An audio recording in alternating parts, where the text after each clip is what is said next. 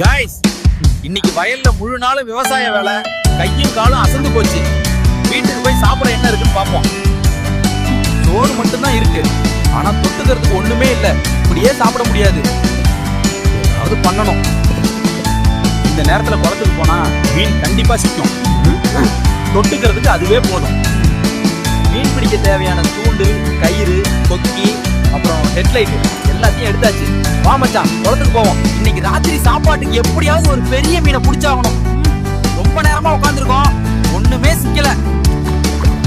அப்பாடா, மாட்டிக்கிச்சு. நினைச்ச மாதிரியே நல்ல பெரிய மீனா இருக்கு. இன்னைக்கு ஒரு புடி பிடிக்க வேண்டியதான். மீன் துண்டெல்லாம் உள்ள போட்டாச்சு.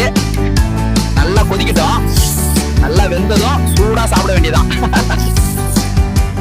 மீன் குழம்பு சாப்பிட்டு முடிச்சாச்சு. யாருக்கெல்லாம் வேணுமோ கமெண்ட் பண்ணுங்க, நாங்களே வந்து டோர் டெலிவரி பண்ணிடுறோம்.